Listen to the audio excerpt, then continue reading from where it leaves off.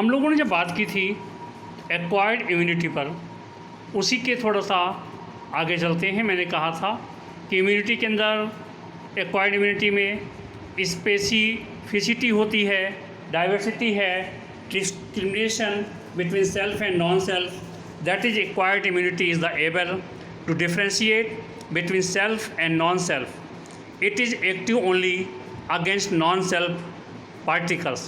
It does not show any reaction towards self materials.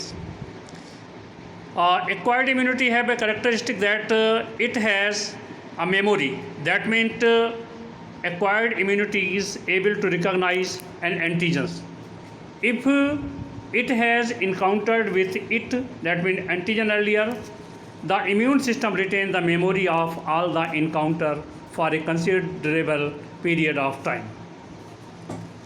Acquired immunity are of two types. One is cellular or cell-mediated immunity, and another is the humoral or antibody-mediated immunity.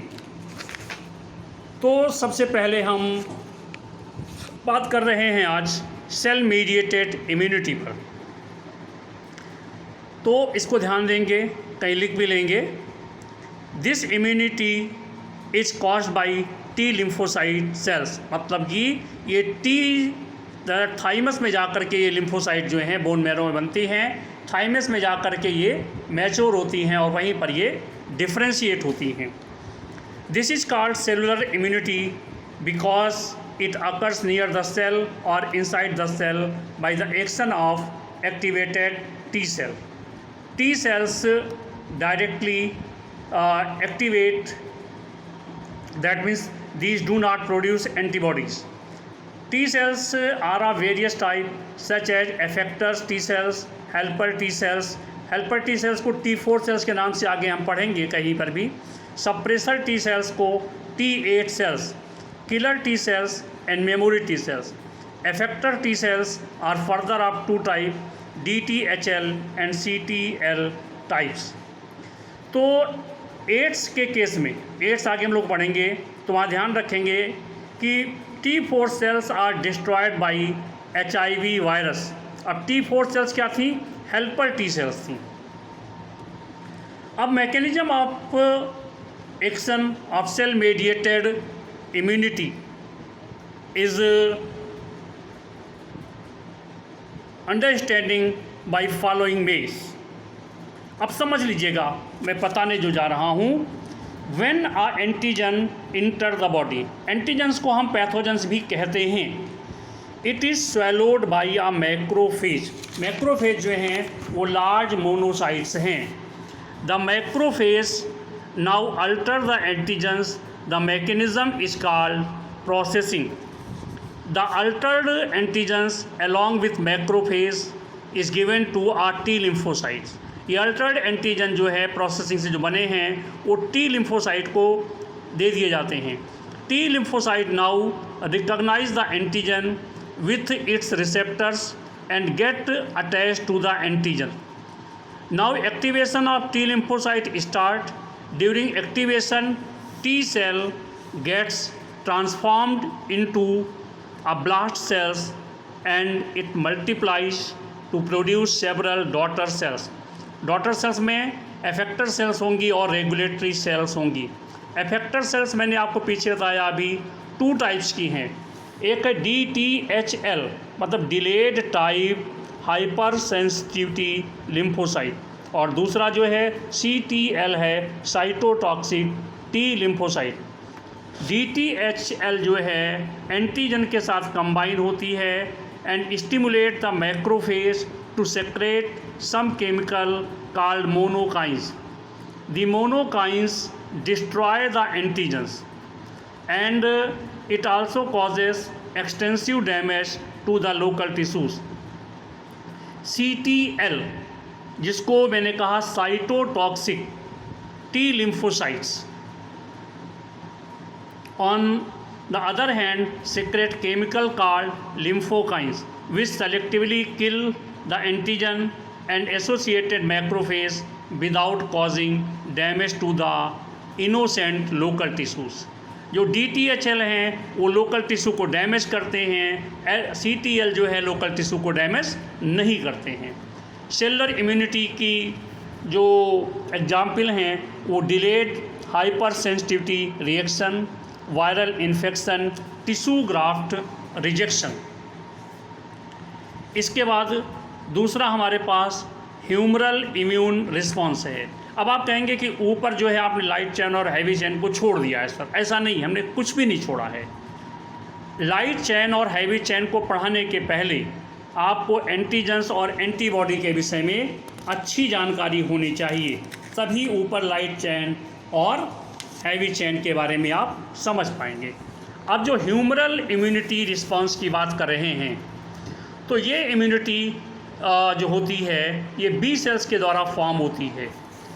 तो ये B cells क्या करेंगे? B cell form antibodies by forming plasma sales.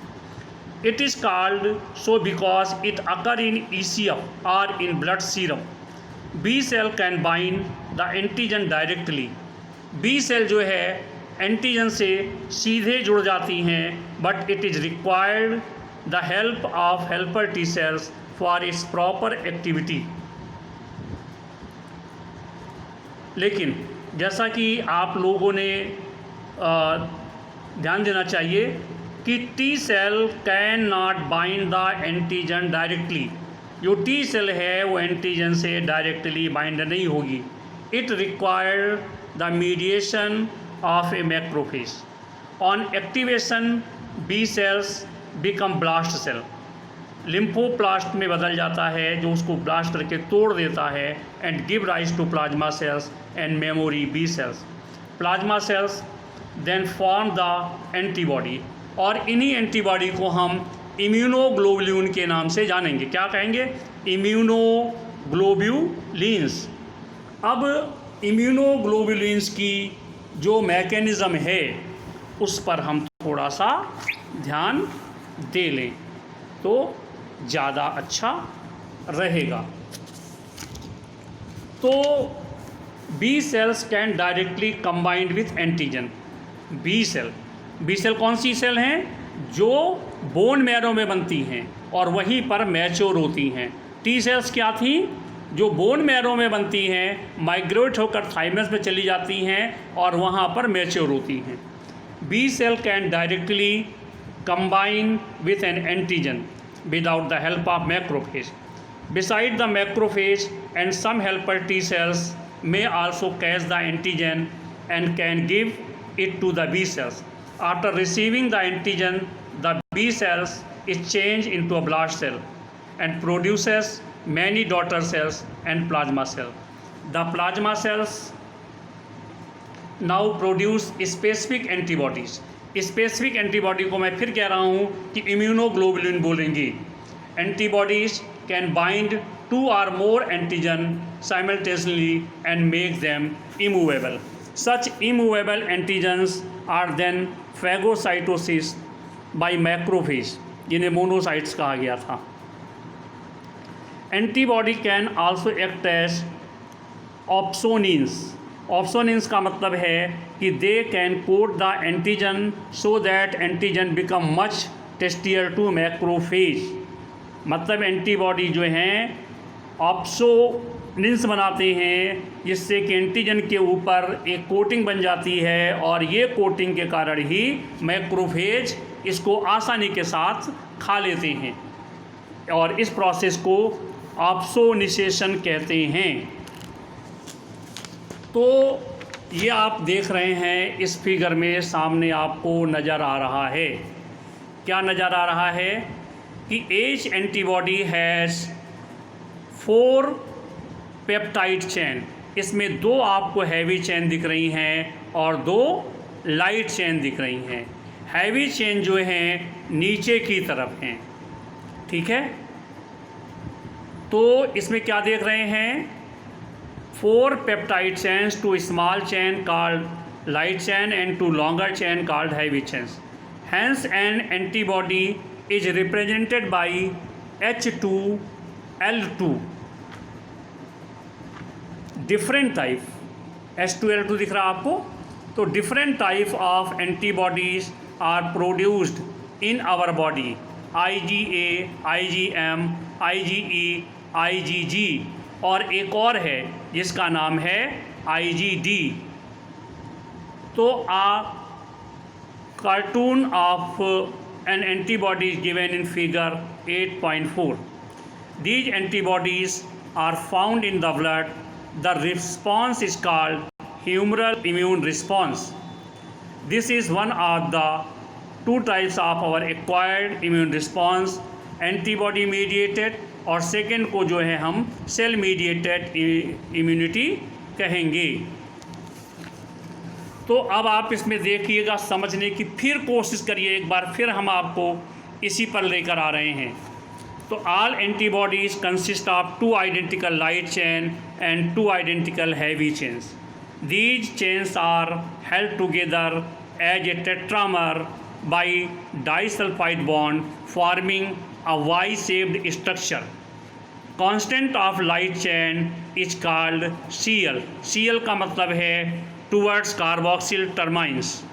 Variable of light chain जो है वो Vl है, amino terminals की ओर से, और हैवी चेन जो है CH कहेंगे, कार्बोक्सिल टर्मिनल्स की ओर होंगी। हैवी चेन जो एमिनो एसिड की ओर होगी उसे VH कहेंगे। तो the portion of the antibody that bind the antigen is the variable region. When an antibody molecule is treated with enzyme papain, the antibody is cleaved into 2 types of fragment. Fab का मतलब है antigen binding, और FC तो इसको कहेंगे crystallisable fragment. तो light chains are 2 type, kappa and lambda. A given antibody can either 2 kappa or 2 lambda, but never a mixture of both. Heavy chains of 5 designated alpha, beta, gamma, sigma। फिर आप इसमें देख रहे हैं कि antibody के types बताए गए हैं। तो IgG has gamma, IgM has micron, IgA has alpha, IgD has sigma, and IgE has psi। तो various property of different types of antibody, और उन एंटीबॉडीज़ के विषय में हम पढ़ेंगे कि इनका काम क्या है। इसकी मैकेनिज़्म समझिएगा आप। मैकेनिज़्म ये है कि an antibodies do not kill the antigen.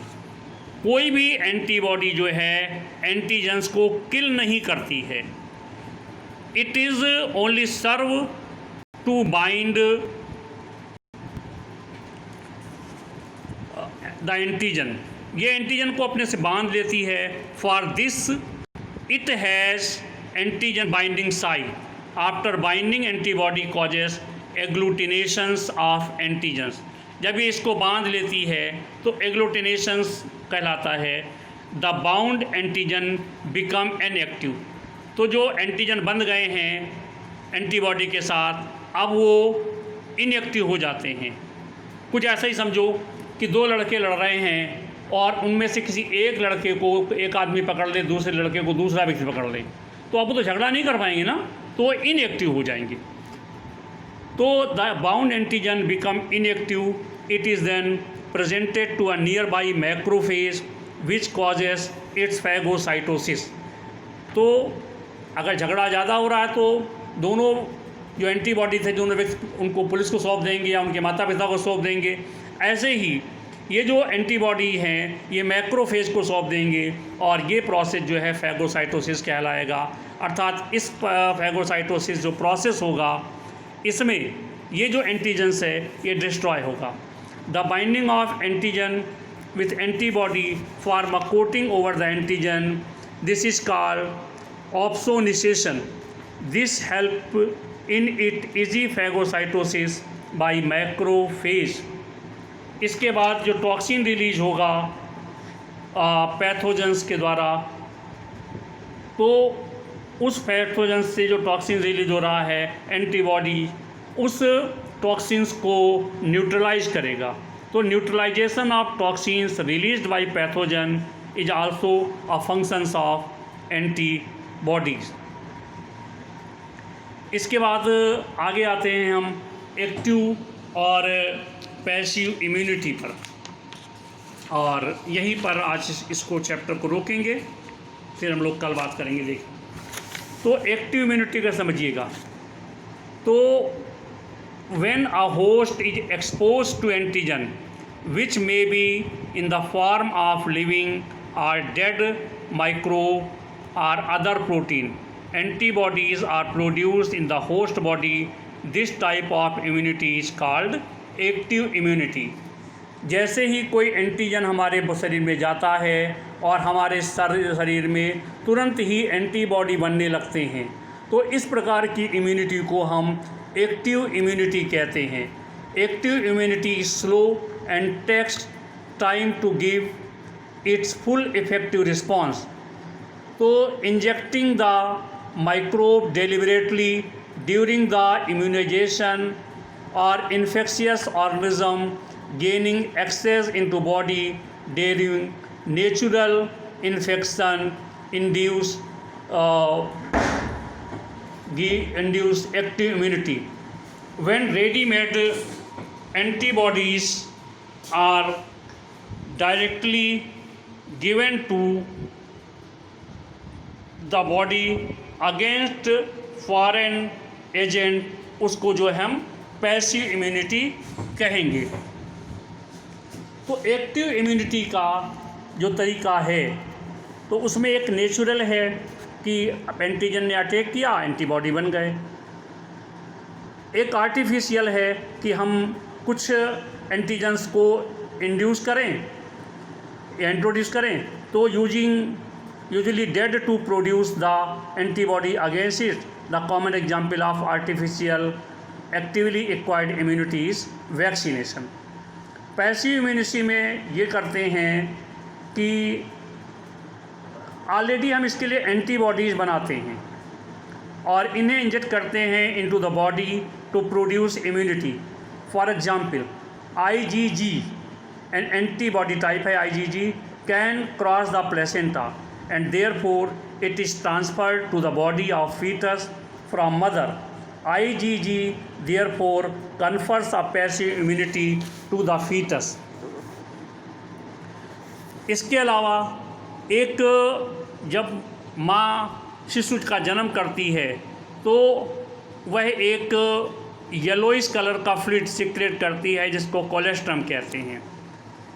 तो बहुत अधिक मात्रा में इसमें एंटीबॉडी IgA होती है to protect the infant. The foetus also receive some antibodies from their mother through the placenta during pregnancy. These are सब एग्जाम्पल ऑफ पैसिव इम्यूनिटी। तो ये आज हमने इस पर थोड़ी सी बात कर ली है। तो एक बात और समझिएगा और इसे आप याद रखिएगा। When an antigen enter for the first time in the body of a person, the immune response shown is called primary immune response. This is weak response as the person is not prepared for this and has no specific antibodies to check it. इसको रोकने के लिए कोई antibody नहीं है।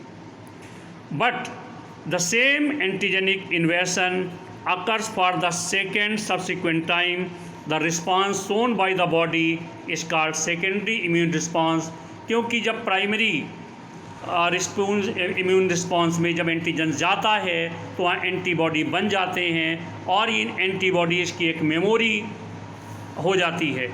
तो this time is already prepared because it has memory cells, memory T cells or memory B cells of first encounter. These memory cells immediately provide protection to the body against the invading pathogens. In this way, second immune response is much more powerful and effective than the first one. ये सब कुछ जो है lymphoid organ के द्वारा होता है। हमारी बॉडी में लिम्फॉइड ऑर्गन दो प्रकार के हैं, एक प्राइमरी हैं, एक सेकेंडरी हैं। तो जो प्राइमरी लिम्फॉइड ऑर्गन हैं वो T लिम्फोसाइट्स हैं और B लिम्फोसाइट्स हैं, और जो टी लिम्फोसाइट्स हैं वो थाइमस से रिलेटेड हैं, और बी लिम्फोसाइट मैंने आपको बताया कि बोन मैरो से हैं। जो सेकेंडरी लिम्फॉइड ऑर्गन्स हैं, after maturation the lymphocytes are transferred to other lymphoid organs, these are called secondary lymphoid organ. These include spleen, tonsils, lymph nodes and mucosa associated with lymph organ. Spleen is the largest secondary lymphoid organ. In these organ the proliferation and differentiation of lymphocytes take place. These are also the sites of acquired immune response. और अगर mucus में है तो उसको mucosal associated lymphoid tissues MALT के नाम से जानते हैं, MALT। तो MALT that means mucosal associated lymphoid tissues. These are lymphoid tissues which are present in the inner lining. Inner lining का मतलब mucosa of respiratory, digestive and urogenital tract. These together constitute about 50% of the total lymphoid tissue in the body.